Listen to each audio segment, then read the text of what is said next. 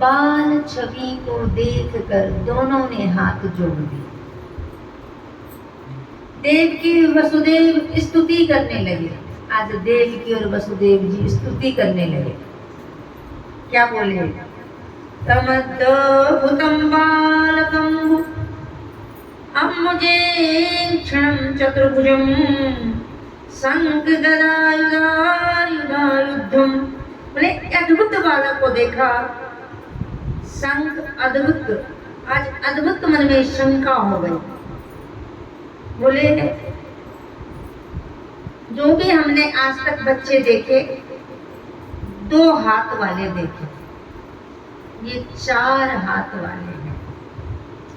अद्भुत तो है ही, लेकिन बालक जन्म लेते समय आंख बंद किए रहते हैं। ये कमल की जैसी आंखों वाला है। बालक नग्न पैदा होते हैं, लेकिन ये तो पीतांबरी पहनकर आया है। आज दोनों को शंका हो गई, देवकी को भी और वसुदेव जी को भी शंका हो गई। बोले अमन बालक देखे हैं हमने, 2 हाथ वाले पैदा होते हैं, ये चतुर्भुज में आ गए। बालक की आंखें बंद रहती हैं, लेकिन इसकी आंखें कमल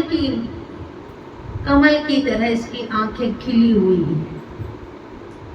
जो बच्चा पैदा होता है तो नग्न अवस्था में रहता है, नंगा रहता है वो बच्चा जो नग्न अवस्था में पैदा होता है, लेकिन ये तो पीतांबरी पहन कर आए हैं।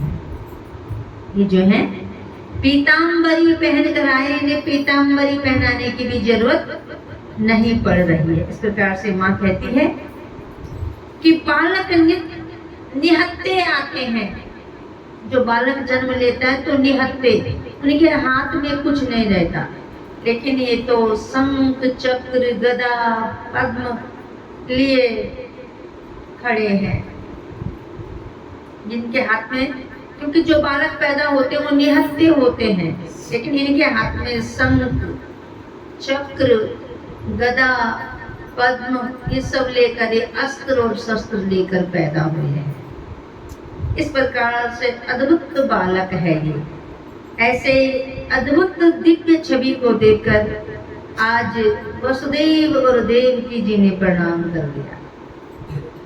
वसुदेव और देवकी ने उनको प्रणाम कर दिया। किनको? जो चतुर्भुज रूप में आज आए हैं कारागार में। चतुर्भुज रूप में आने के बाद क्या हुआ? बोले आंखें भी कमल की तरह खिली हुई है और पीतांबरी धारण करी हुई है, और शंख चक्र गदा पद्म ये सब लेकर आए हैं। ऐसे अद्भुत बालक को देखकर आज देवकी और वसुदेव जी उनके चरणों में साष्टांग प्रणाम करने लगे और प्रार्थना करी। साष्टांग प्रणाम किया और उनसे प्रार्थना करी। बोले प्रभु, हमने तो बालक की इच्छा की थी, चतुर्भुज की नहीं। हम तो बालक मांग रहे थे। आज दोनों मन में शंका उठ गई, देवकी और वसुदेव की, देवकी और वसुदेव की शंका हो गई। विदितो व्यास्यं भवानं साक्षातं पुरुषं प्रकृते परम। आज वसुदेव और देवकी बोली, आज मैं पहचान गया, आप जो है प्रकृति से परे साक्षात नारायण हैं। वसुदेव जी बोले, आज मैं पहचान गया कि प्रकृति से परे जो परमात्मा है वो ही आप हैं। प्रकृति से परे जो नारायण है वो ही आप हैं। आज आप तो साक्षात आनंद के स्वरूप है। अब देवकी मैया तो इन्हें देखकर डर गई है, मन में वसुदेव जी को बार बार संकेत कर रही है। देवकी मैया मन से बार बार वसुदेव जी को संकेत कर रही है।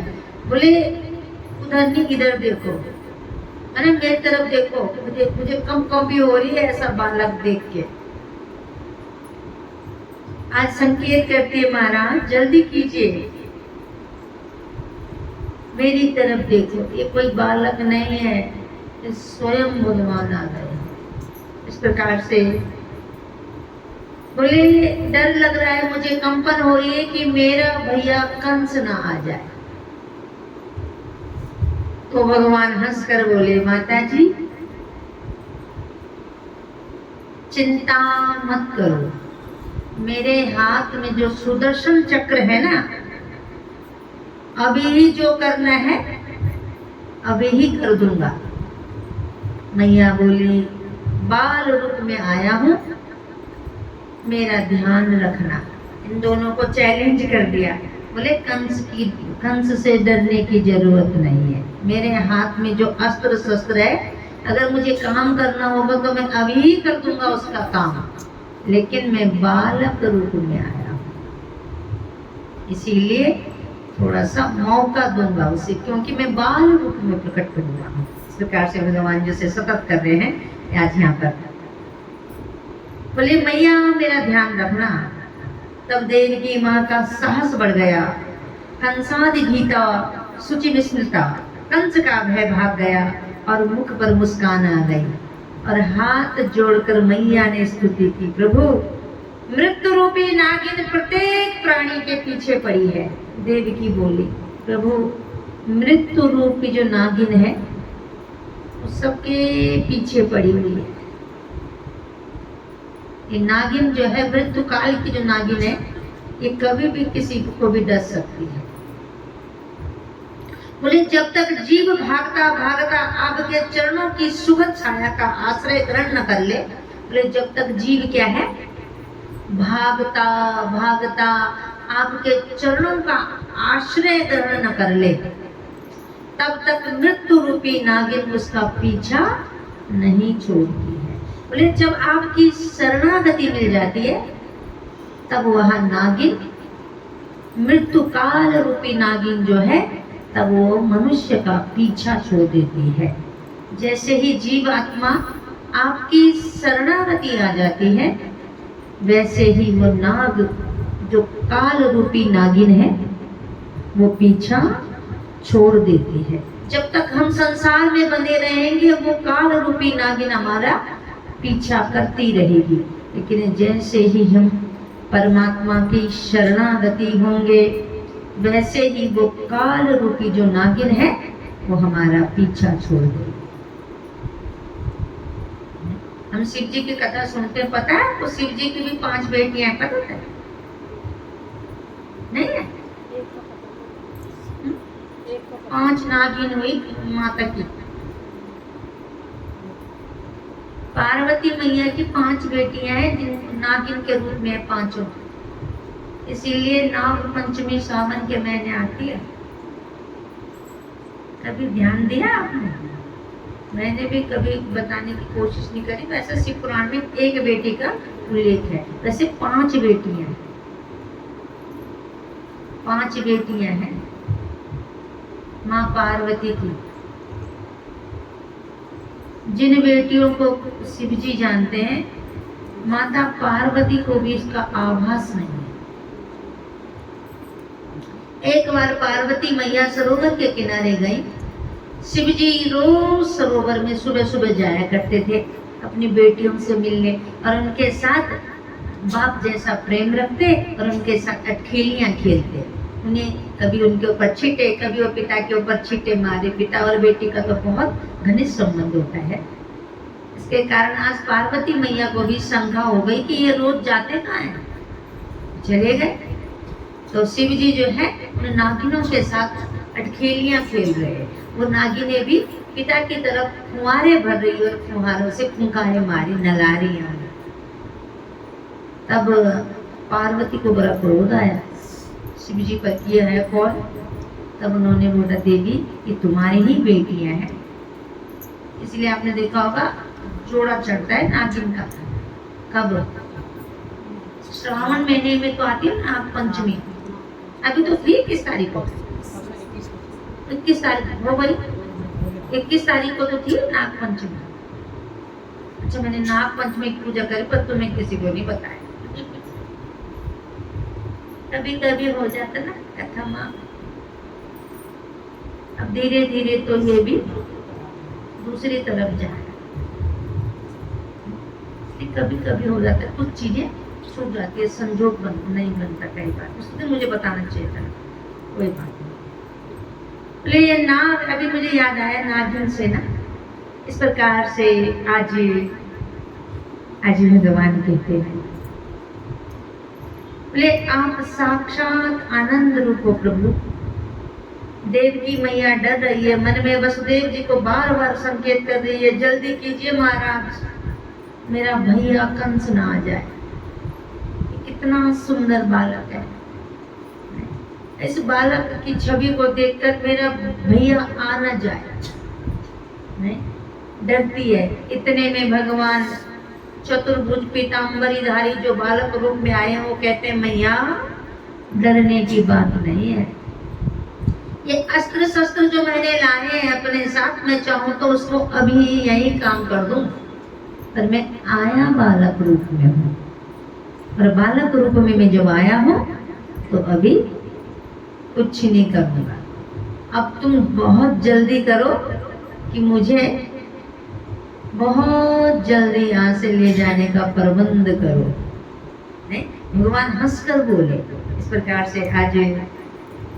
आज माँ का थोड़ा सा साहस बढ़ा और कहने लगी, मैं ये मृत्यु रूपी नागिन जो है प्रत्येक प्राणी के पीछे पड़ी है प्रभु। मृत्यु रूपी नागिन जो है ये प्रत्येक संसार के प्रत्येक प्राणी के पीछे पड़ी हुई है, और ये मृत्यु रूपी नागिन जब तक जीव भागता भागता भागता थक नहीं जाता, जब तक वो आपकी शरणागति नहीं आता, तब तक ये मृत्यु रूपी नागिन जो है ये छोड़ती नहीं है डसना। इस प्रकार से कहती है मैया, मृत्युखिया लभीतं पलायनं लोकानं सर्वविघ्नं भयं नागच्छं गच्छता तत्त्वपादपञ्चरं परप्राप्त्यं यदच्म्याहं समस्तं सेते मृत्यु स्मादं पैति। मृत्यु रूपी भयंकर रोग सबको भयक्रांत करता है प्रभु, तो भव रोग से कैसे बचें। इस प्रकार से आज भगवान जी कहते हैं कि धमंत्री भगवान की शरण में जाओ, सारा इलाज हो जाएगा। बोले मृत्यु के रोग से कैसे बचे, देवकी पूछती है। भगवान बोलते हैं धमंत्री की शरण में चले जाओ। धमंत्री जानते आप कौन है? औषधियों के मालिक, दवाइयों के मालिक जो हैं उनको बोलते हैं धमंत्री।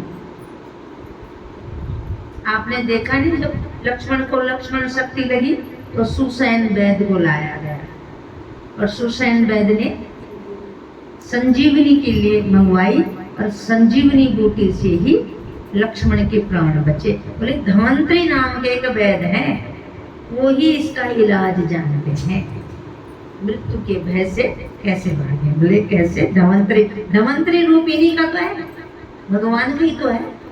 इस प्रकार से आज ब्रह्मा भगवान जी समझा रहे हैं। इस प्रकार भगवान के जो चरण कमल है वह धन्वंतरी का रूप कहलाए जाते हैं। इसीलिए आज भगवान का जन्म भी जल समुद्र से, जब आपने देखा होगा जब प्रलय हो रखे थे, जब प्रलय हुई तो प्रलय में भगवान जी कहाँ से उत्पत्ति हुई? जल से उत्पत्ति हुई भगवान की।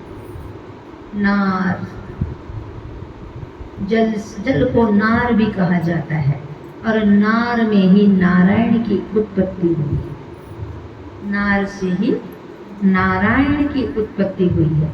इसलिए भगवान जी जब प्रलय काल होता है तो नार से बार बार जन्म लेते हैं। नार से नारायण का जन्म होता है। इस प्रकार से भगवान जी कहते हैं, आज माँ अनंत ब्रह्मांड जिसके रोम रोम में विचरते हैं, इतना बड़ा परमात्मा, मैया बोली मेरे पेट में कैसे आया? भगवान बोले ना ना ना, शंका मत करो, तुम्हारे पेट में मैं नहीं आया, मैं तो केवल पेट के ऊपर आया, पेट में मैं नहीं आया। बच्चा समझा है माता पिता को कि तुम्हारे पेट में, क्योंकि माँ को शंका हो गई कि इतने अस्त्र शस्त्र धारण करके, इतनी पीताम्बरी सुंदर पहन के, सिर पर मुकुट धारण करके और सुंदर आंखों वाला कमल के नयनों जैसा, तो मेरे पेट में कैसे आ गया? बोले ना ना ना, मैं पेट में नहीं, पेट के ऊपर आया, पेट में नहीं आया, मैं पेट के ऊपर आया। सब कुछ बता दिया भगवान ने।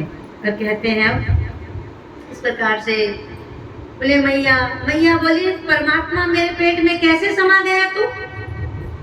तो भगवान बोले ना मैया, मैं तो पेट के ऊपर आया।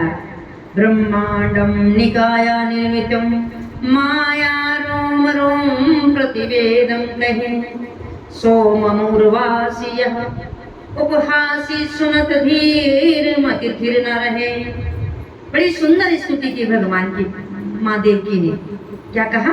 ब्रह्मांड निकाया निर्मित माया रोम रोम प्रतिवेद कहे, सो समूर्वासी यहाँ उपहासी सुनत धीर मति थिर न रहे। बोले बड़ी सुंदर स्तुति के अंत में भगवान बोले, माँ पूर्व काल में तूने बड़ा तप किया था, सो मैंने आज बेटे बनने का वचन दिया था। बोले माँ तूने पूर्व काल में बहुत बड़ा तप किया था, सो मैंने तुझे वचन दे दिया था कि मैं तेरे पास आऊंगा। इस प्रकार से अब पहले अदिति और कश्यप के घर में गया। भगवान जी खुद बोल रहे हैं कि मैं खुद जो अष्टमी की रात को अभी अवतरित हुए वो कथा सुना रहे। अब बोले माँ मैं पहले अदिति और कश्यप के घर में गया, फिर मैं वामन रूप बनकर आया और आज तुम्हारा बेटा बनकर मैं पुनः प्रकट हो गया। मैया पहले मैं अदिति और कश्यप के घर गया, फिर मैं वामन रूप में आया और आज तेरे घर में बेटा बनकर आया हूँ। मैया आज मैं तेरे घर में बेटा बनकर आया हूँ।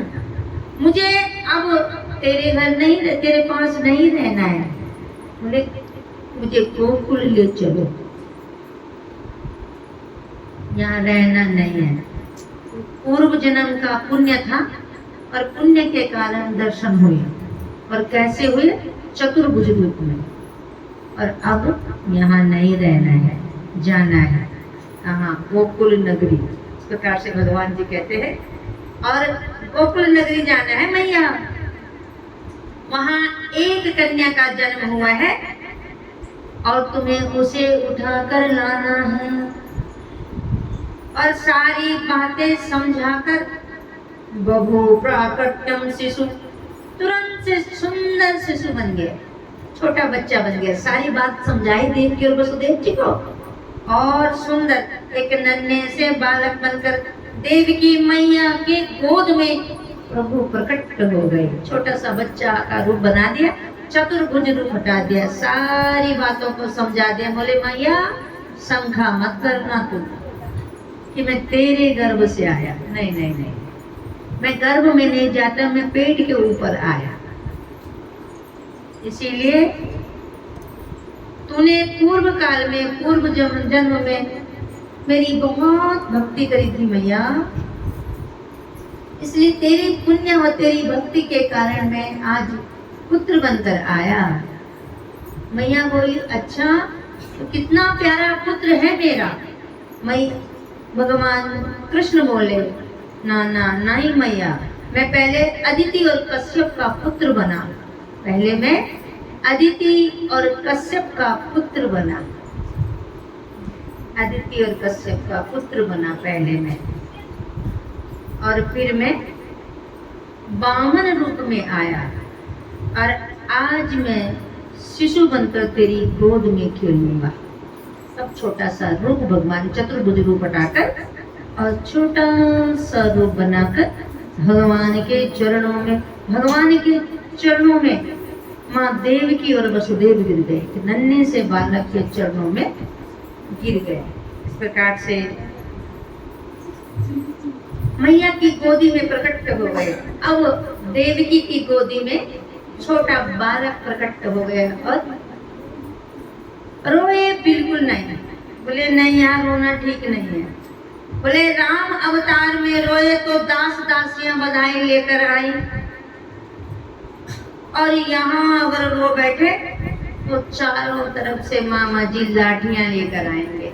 बोले राम अवतार जब हुआ था तो जब रोया मैं राम अवतार में, तो दास दासियां जितनी भी थी वो क्या लेकर आई? बधाइयां लेकर आई। लेकिन अगर मैं यहाँ रोया तो यहाँ पर मामा कंस जो है सैनिकों सहित लाठी लेकर आएंगे, इसलिए यहाँ रोना नहीं चाहिए। और भगवान ने यहाँ रोना बिल्कुल नहीं रोए। भगवान बोले जल्दी जल्दी मुझे बिठाओ और छोड़ कर आओ। इस प्रकार से आज बोले चुपचाप माँ देवकी माँ की गोदी के बाल रूप में प्रकट हो गए। वसुदेव जी ने तुरंत हृदय से लगा लिया बालक को। वसुदेव जी ने आज देवकी की गोद से उठा लिया बालक को, और देवकी की गोद से उठाकर आज हृदय से बालक को लगा लिया। छोटे से नन्हे से बालक को आज हृदय से लगा लिया। इस प्रकार से हृदय से जब लगाया और सूप में लिटाकर भगवान को अपने सिर पर धारण कर लिया। पहले अपने अंग से लगा लिया, अपने हृदय से लगा लिया भगवान को, और फिर सूप में लेटाकर, अब भगवान को लेटाकर सूप में वसुदेव जी ने अपने सिर पर धारण कर लिया। जैसे जैसे सिर पर भगवान को आसीन किया, जैसे ही भगवान को सिर पर आसीन किया, वसुदेव की बेड़ियां टूटने लगी। देवकी की बेड़ियां टूट गई, जो संगल बंदी थी मोटी मोटी। जैसे ही वसुदेव जी ने बालक को सूप में रखा और सिर के ऊपर उठाया, जैसे ही सिर के ऊपर भगवान को लगाया, प्रभु आप ही हमारे सब कुछ हो, अब वैसे वैसे सारी बेड़ियां बंधन टूटने लगे, जेल के दरवाजे खुलने लगे, जेल के जितने भी फाटक थे, जितने भी ताले लगे थे, आज वो खुलने लगे। जैसे जैसे वो खुले, पहरेदार सो गए, और कोई भी दरवाजा, कोई भी किवाड़ खुलता है तो हल्ला नहीं होता है। इतने बड़े बड़े लोहे के दरवाजे खुल रहे हैं, लेकिन आज आवाज, किवाड़, किसी भी किवाड़ पर आवाज नहीं हो रही है। इस प्रकार से जब बाहर निकले तो पहरेदार भी सब खराटे मार कर सो रहे हैं। और आध्यात्मिक अर्थ यही है कि जीव जैसे ही ब्रह्म को प्राप्त होता है, हम क्या हैं? जीव आत्मा। जैसे ही हम ब्रह्म को प्राप्त होते हैं, वैसे वैसे ब्रह्म साक्षात्कार होता है, और हमारे संसार की जो बेड़ियां हैं वो टूट जाती हैं। इस प्रकार से भगवान कहते हैं, तो उसके सारे भवबंधन अपने आप खुलने लगते हैं। जैसे ही हम परमात्मा से प्रेम करते हैं, परमात्मा को अपने सिर पर धारण कर लेते हैं, अपने हृदय में परमात्मा का साक्षात्कार करते हैं, तो ब्रह्म साक्षात्कार जब हमें हो जाता है तो भव के सारे बंधन छूट जाते हैं। तो भव के सारे बंधन क्या होते हैं? छूट जाते हैं। इस प्रकार से भव के सारे बंधन खुल जाते हैं। जितने अज्ञान के कपाट लगे थे सब हट जाते हैं। जितने अज्ञान के कपाट लगे हुए थे उतने सारे हट जाते हैं। जितने काम, क्रोध, मोह, मत्सर आदि ने हमें घेरा हुआ है वह सब सो जाते हैं, और जीव वसुदेव की तरह शुद्ध हो जाता है। आज जो जीव जो है, जीवात्मा जो है, आज वसुदेव और देवकी की तरह शुद्ध हो जाते हैं, क्योंकि सांसारिक बहुबंधन जो है ये सारे कट जाते हैं और जीव शुद्ध होकर मुक्त हो जाता है। ब्रह्म से संबंध छोड़कर जब माया रूपी कन्या से संबंध जोड़ा तो फिर से बंध गए। जैसे ही भगवान को वहां रखा, यशोदा की गोदी में सुला दिया, वहां से कन्या उठाई, फिर जैसे ही माया को उठाया, माया को जैसे ही घर लाए, वैसे ही सारे बंधन फिर से बंध गए। ये माया क्या है? हमें हमेशा बांधती है। और परमात्मा क्या है? इन भव बंधनों को काटते हैं। तो माया से भगवान का समझाने का मतलब है हमें कि हमें संसार से, माया से संबंध नहीं रखना। अगर हमने अपना संबंध जोड़ना है तो परमात्मा से।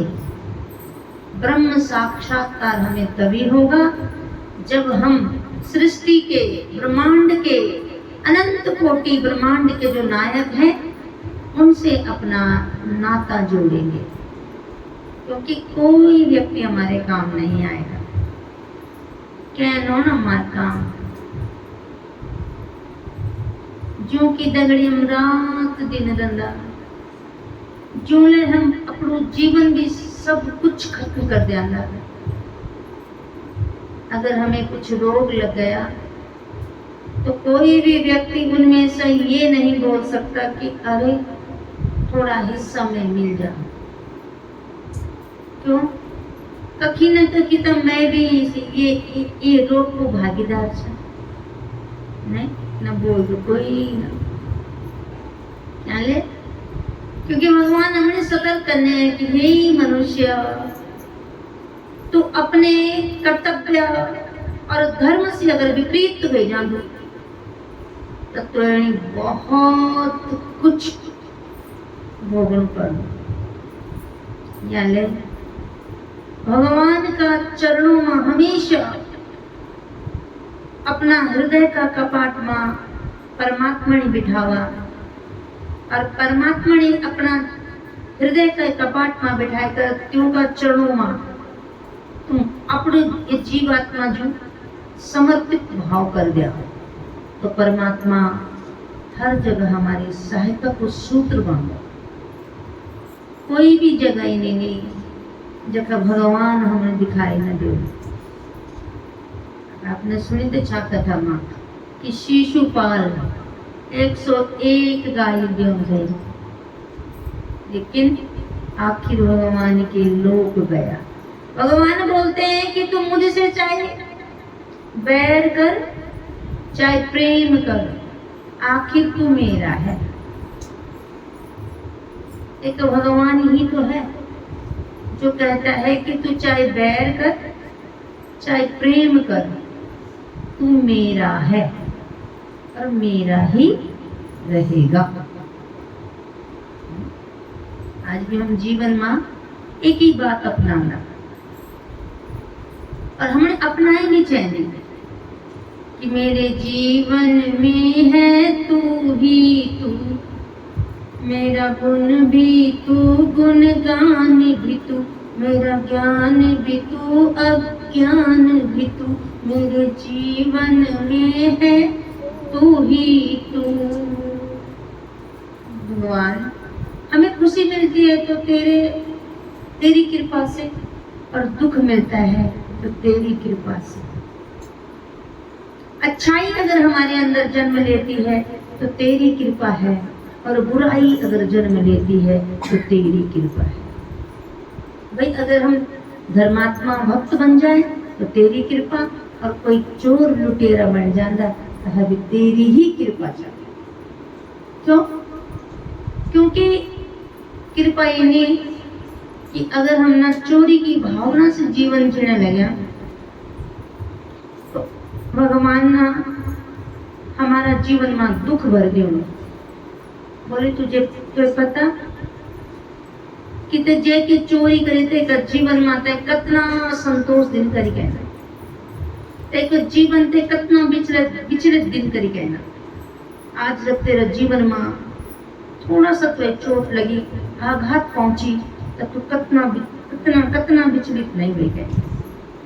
कहने का मतलब, समझाने का मतलब उनका हमको यह है कि कभी भी कहीं आत्मा ने दुख न पहुंचाओ, क्योंकि जब जब हम किसी आत्मा को दुख पहुंचाते हैं, परमात्मा वह दुख हमें प्राप्त करता है। बोले जब तुम्हें दुख मिला लो, तब तुम्हें दुख को एहसास हुआ। जब हमें दुख मिला ना, तभी हमें एहसास हुआ। कभी देखियो लाभना, अगर कई व्यक्ति की जब कोई घटना घट जाती, तो हम लोग बड़ा प्यार से सहलाए देते हैं कि ना